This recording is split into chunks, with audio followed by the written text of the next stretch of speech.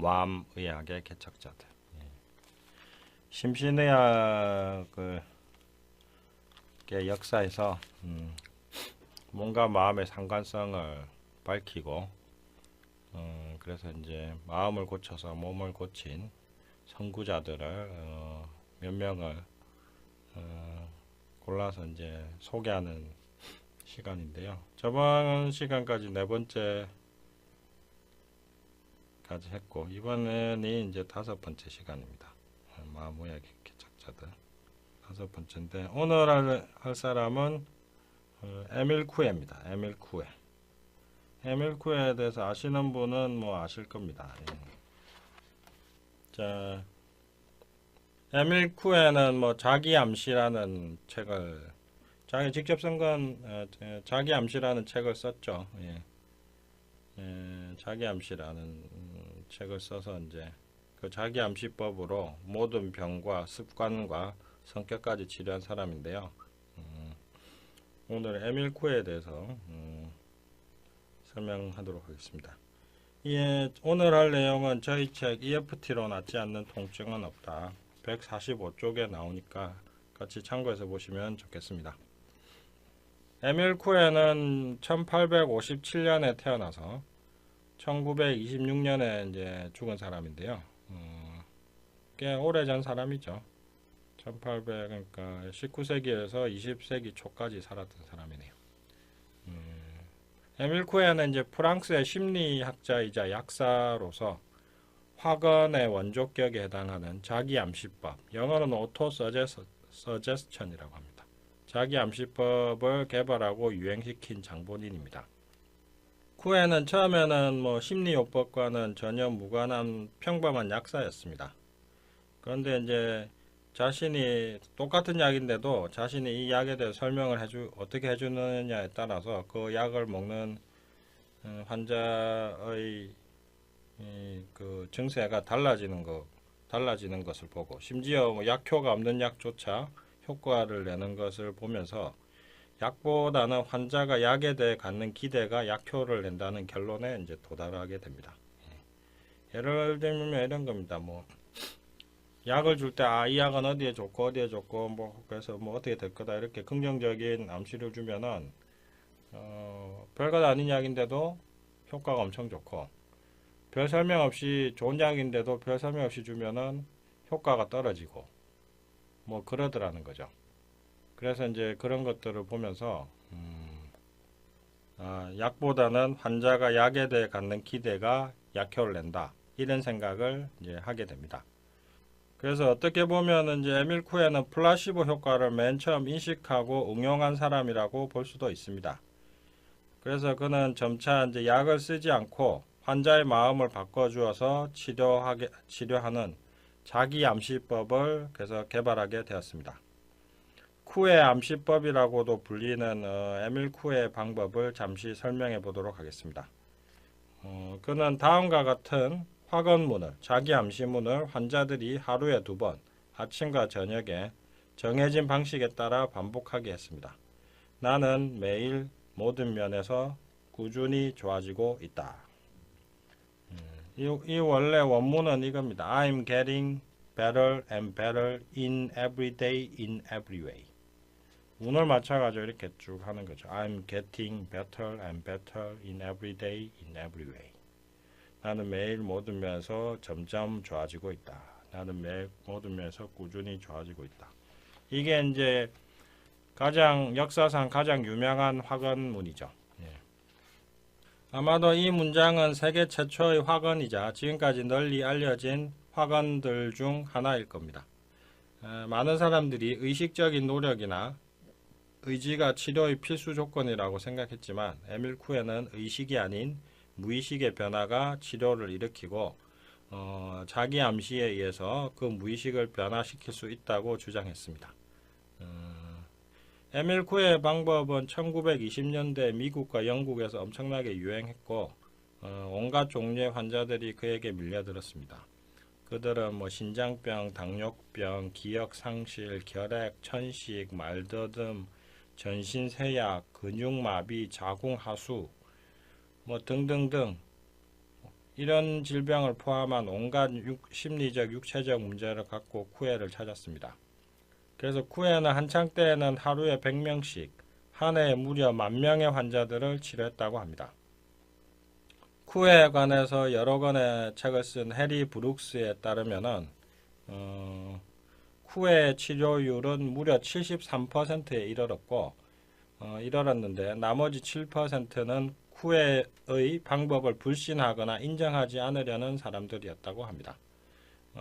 쿠에는 자기 암시법으로 질병만 치료한 것이 아니라 습관이나 성격까지 고치게 해서 이후에 긍정의 힘을 강조하는 미국의 자기개발 기법들의 원천이 되기도 했습니다. 그 자기개발 분야에서 이제 또 에밀 쿠에가 선구자격이 되는데 가장 유명한 사람이 이제 에밀 쿠에를 추종한 가장 유명한 사람이 나폴레온 힐이죠. Think and Grow Rich라는 책을 쓴 나폴레온 힐이 이제 또 에밀 쿠에의 엄청난 추종자였죠.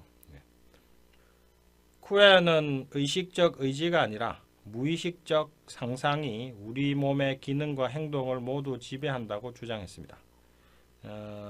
일부 독자들은 이에 강하게 이의를 제기할 수도 있습니다. 신 오렌지를 먹는다고 생생하게 상상하면 저절로 침이 나오는 것으로 보아서 상상이 몸의 기능을 조절한다는 것은 우선 인정하겠지만 어찌 내 팔과 다리가 내 의지가 아닌 상상에 따른다고 주장하는가? 이것은 도저히 말이 되지 않는다. 이렇게 반박을 할 수도 있습니다. 이런 반박의 쿠에는 다음과 같이 다시 말합니다. 길이 10m, 폭 30cm의 널판이 땅바닥에 있다고 하자. 그러면 누구든 널판을 벗어나지 않고 끝까지 잘 건너갈 것이다. 하지만 조건을 바꿔서 이 널판이 교회 첨탑 꼭대기에 걸쳐 있다고 하자. 그러면 이 좁은 통로를 불과 1m라도 제대로 갈 수 있을까? 내가 옆에서 말한들 그게 들리기나 할까? 아닐 것이다. 두 걸음도 못 가서 벌벌 떨고 아무리 의지력을 발휘해도 반드시 땅으로 떨어질 것이다. 그럼 왜 널판이 땅에 있으면 잘만 걷는데 저렇게 높이 두면 떨어지고야 마는 걸까? 그것은 전자의 경우에는 누구나 쉽게 갈 수 있다고 상상하지만 후자의 경우에는 누구나 할 수 없다고 상상하기 때문이다. 이게 이제 에밀 쿠에의 얘기인데요. 들어보니까 그럴듯하죠. 그 다음에 이제 쿠에가 제시한 실험을 하나 해보기로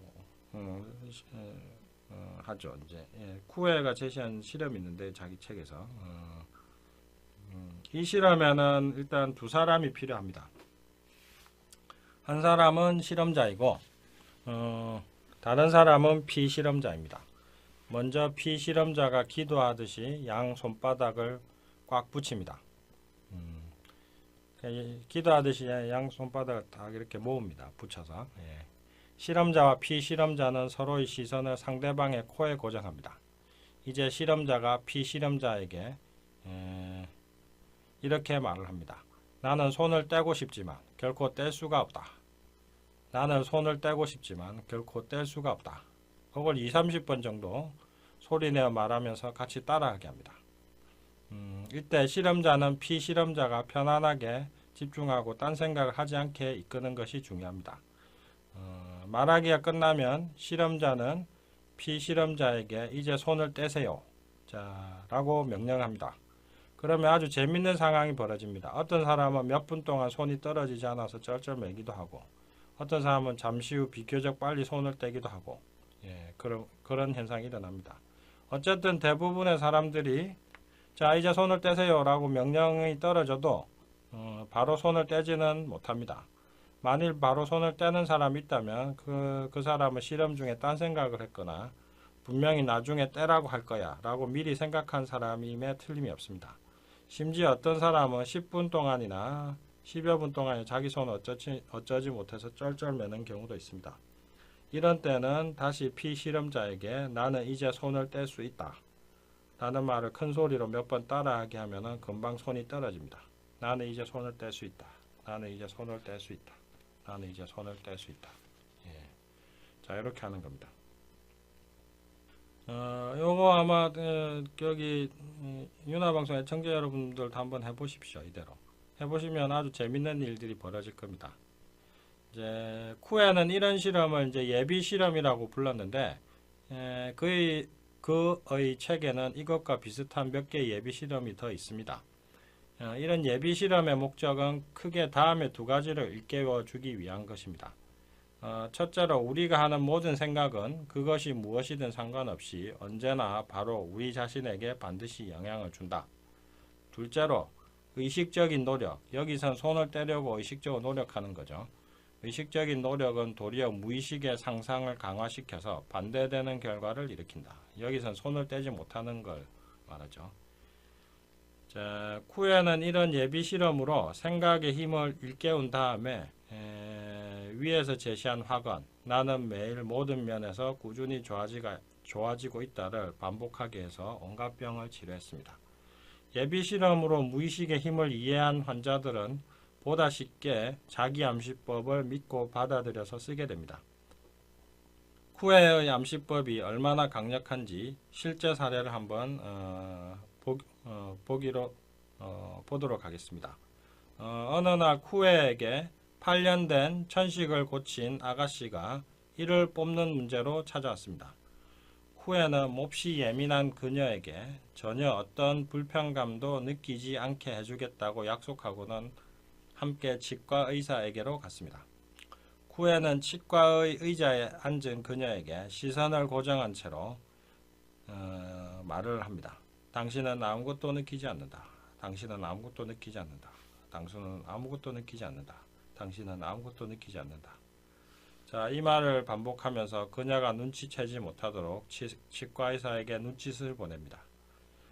그때 치과의사는 순식간에 이를 뽑았고 놀랍게도 그녀는 눈 하나도 꿈쩍하지 않았습니다.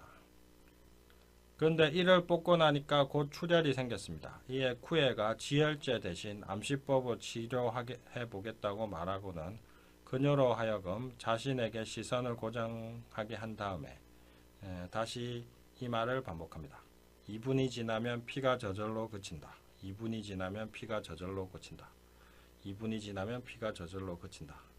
그러자 입에 고인 핏물을 불과 한두 번 뱉고 나니까 출혈이 멎어버렸습니다. 요거는 실제 책에 나온 사례입니다. 에밀 쿠에 책에 나온 사례입니다. 이뿐만 아닙니다. 쿠에는 자기 암시법으로 나쁜 행동까지 고쳤습니다. 한 11세 소년은 유아기부터 밤낮으로 말썽을 부렸고 도벽도 심각했습니다. 쿠에는 엄마의 요청에 따라 그 소년을 암시법으로 치료했습니다. 첫 치료 이후에 그 소년은 낮에 말썽을 부리지 않게 되었습니다. 밤에는 여전히 말썽을 부렸지만 그것도 몇 달이 지나면서 점차 줄다가 없어졌습니다. 그리고 도둑질도 줄어서 6개월 뒤에는 완전히 딴 사람이 되었습니다. 그 소년에게는 18살짜리 형이 있었는데 그는 다른 형제 하나에게 엄청난 증오심이 있어서 술만 취하면 그를 칼로 찌르고 싶은 충동을 느꼈습니다. 그 역시 언젠가는 이런 끔찍한 일이 일어나고야 말 것만 같아서 쿠에의 치료를 받게 되었습니다. 그런데 놀랍게도 한 번의 치료로 깨끗이 나았고 심지어 증오의 대상이었던 형제와 둘도 없는 동기간이 되었다고 합니다. 이후로 쿠에는 그를 오랫동안 관찰했는데 조금도 재발하지 않았다고 합니다. 이것도 역시 이제 쿠에 책에 나오는 겁니다. 참고로 이제 쿠에는 시술자가 내담자의 무의식에 생각을 심는 것을 암시라고 하고 스스로 자신의 무의식에 생각을 심는 것을 자기 암시라고 명명했습니다. 쿠에는 처음에는 환자가 오면은 예비실험 앞에서 얘기한 예비실험을 통해서 생각의 힘을 일깨우고 받아들이게 하고 그 다음에는 증상을 치료하는 암시를 걸었습니다. 그리고 환자가 스스로 집에서 자기 암시를 반복하도록 시켰습니다. 근데 여기에서 이제 가장 중요한 것은 암시가 아니라 자기 암시입니다. 쿠에의 주장에 의하면 암시가 자기 암시로 바뀌어야만, 다시 말해 환자가 암시를 받아들이려고 할 때에만 그것이 진정한 효과를 낸다고 합니다. 그래서 나을 때까지 환자는 자기 암시를 반복해야 합니다. 심지어 어떤 환자들은 쿠에의 책만 보거나 그의 강의만 듣고서도 자기 암시법을 써서 병이 낫기도 했습니다. 쿠에는 궁극적인 치료의 힘은 치료자가 아니라 환자 자신에게 있다고 거듭 주장했습니다. 지금까지의 이야기를 듣고서 이제 사람들은 쿠에의 암시는 그냥 체면 아니야 라고 할지도 모릅니다. 그런데 체면은 암시가 아니라 암시를 거는 한 형태일 뿐입니다. 암시를 거는 형태는 너무나 다양하고 사실 우리는 일상생활에서 무수한 암시에 걸리고 이에 반응하며 살아갑니다. 예를 들어서 광고, 의사의 지시, 설교, 텔레비전, 라디오, 엄마의 잔소리, 상사의 질책 등등 사실상 우리가 보고 듣는 모든 것들이 암시로 작용하고 있습니다. 플라시보나 체면은 그 중에서도 강한 형태의 암시에 들어간다고 볼 수 있겠습니다. 암시의 강력한 작용을 말해주는 사례를 몇 가지 더 살펴보도록 하겠습니다. 1952년에 영국의 퀸 빅토리아 병원에 15살짜리 소년이 치료를 받으러 왔습니다. 그 소년의 증상은 심상치 않았습니다. 온몸이 수많은 사마귀로 뒤덮여서 성한 곳이라고는 겨우 가슴과 그 외의 몇 군데뿐이었고 특히 팔과 다리는 마치 코끼리 피부 같았습니다. 설상가상으로 피부가 온통 다 갈라져서 피와 진물이 줄줄 흐르고 있었습니다. 이에 성형 전문의 무어는 소년의 손가락에 자가 피부 이식술을 시도하고 있었습니다. 그런데 마침 지나가다가 치료 광경을 본 마취 전문의 메이슨이 그냥 체면을 시도해보면 어때요? 라고 말했고 무어는 근성으로 그럼 해봐 라고 대답을 했습니다. 그때 메이슨은 소년의 병이 그저 좀 심한 사마귀라고 생각했고 당시에 사마귀는 기전은 잘 모르지만 체면으로 잘 치료된다고 알려져 있었고 메이슨도 체면으로 사마귀를 치료해 본 경험이 있었습니다. 그는 일단 한쪽 팔부터 치료하기로 마음먹고 다음날 소년에게 체면을 걸어서 말했습니다. 이제 이 팔은 나아서 붉은 새살이 돋아난다. 그는 체면을 마치고 일주일 뒤에 소년을 다시 오도록 했습니다. 소년이 다시 왔을 때 한쪽 팔은 깨끗해진 상태였고 의기양양해진 메이슨은 당시 수술 중이던 무어에게 소년을 데려갔습니다. 수술방이 다 보이는 유리창에서 소년의 두 팔을 번쩍 들어 보이자 멀쩡히 나은 팔과 아직 여전한 팔은 빛과 그림자처럼 확실히 대조가 되어서 보였습니다. 수술 중에 그 모습을 본 무어는 갑자기 비틀거리면서 신음을 질렀습니다. 하느님, 이럴 수가. 이에 당연하다는 듯이 메이슨이 말했습니다. 봐요, 사마귀는 체면으로 잘 치료돼요. 그러자 무어가 말했습니다. 사마귀라고? 이건 사마귀가 아니야. 선천성 어린 선형 홍피증이라고 하는 불치병이야. 메이슨이 그저 심한 사마귀로 보았던 이 병은 사실 선천성 유전 질환이었고 온몸이 사마귀로 뒤덮이고 그 틈 사이로 전신 출혈과 세균 감염이 일어나서 대부분 소년기를 못 넘기고 사망하게 되는 무서운 희귀병이었습니다. 어쨌든 메이슨은 체면으로 이 소년을 꾸준히 완치시켜서 그 결과를 그 해에 한 의학 저널에 발표했고 온갖 대중매체의 관심을 받게 되었습니다. 수많은 신문과 방송이 그를 보도했고 심지어 타임지의 표지에 캐서린 헵번과 나란히 실릴 정도였습니다. 이후에 메이슨에게는 비슷한 불치병을 앓는 환자들이 수없이 몰려왔습니다. 하지만 안타깝게도 더 이상의 기적은 일어나지 않았습니다. 어떻게 된 일일까요? 메이슨은 이에 관해 한 다큐멘터리에서 이렇게 말했습니다. 사실 첫 사례 이후로 나는 연기를 한 거예요. 나는 이제 그게 불치병이라는 것을 알았고 내가 치료할 자격도 능력도 없다고 생각했죠. 아마 이런 속마음이 전달되었을 거예요. 다큐멘터리의 제작팀은 40년 전에 그 소년을 수소문 끝에 찾았는데 그는 여전히 건강하게 생존하고 있었습니다. 한 의사의 순진한 무지가 오히려 유전성 질환을 완치시킨 이 사례는 마음의 힘이 유전자에게도 영향을 미칠 수 있음을 보여주는 분명한 증거가 되어 주었습니다. 이 사례는 그 플라시보에 관한 다큐멘터리, 제목이 플라시보 크래킹 더 코드라는 2003년도에 헬스 디스커버리 채널에서 방영된 그 다큐멘터리에 나온 내용을 제가 보고서 실은 겁니다. 아주 신기하죠. 저희 책 EFTO 낫지 않는 통증은 없다 152쪽에 보면은 이 홍피증이 낫기 전과 나은 후에 사진이 나오니까 한번 참고해서 보시기 바랍니다. 약 30년 전 영국 버밍햄의 한 병원에서는 위암 환자들을 두 집단으로 나누어서 한 집단은 화학요법을 실시했고 다른 집단은 같이 화학요법을 받는다고 하면서 실제로는 효과가 없는 약을 투여했습니다. 플라시보 가짜약을 투여했죠. 그런데 놀랍게도 플라시보 집단의 3분의 1에게서 화학요법의 실제 부작용, 즉 탈모와 구토 등의 증상이 나타났습니다. 화학요법을 받고 있다는 암시, 플라시보가 실제로 화학요법의 부작용을 일으킨 것입니다.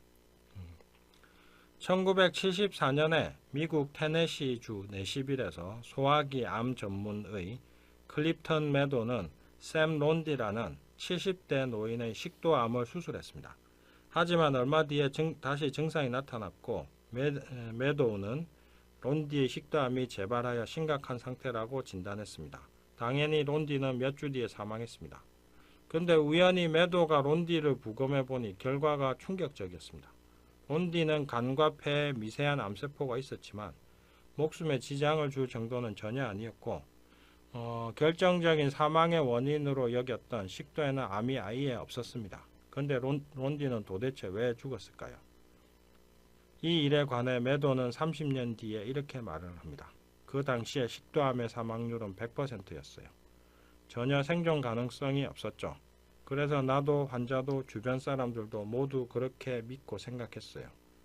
결국 론디에게는 자신이 식도암에 걸렸다는 믿음이 실제 암세포보다 더 치명적이었던 셈입니다.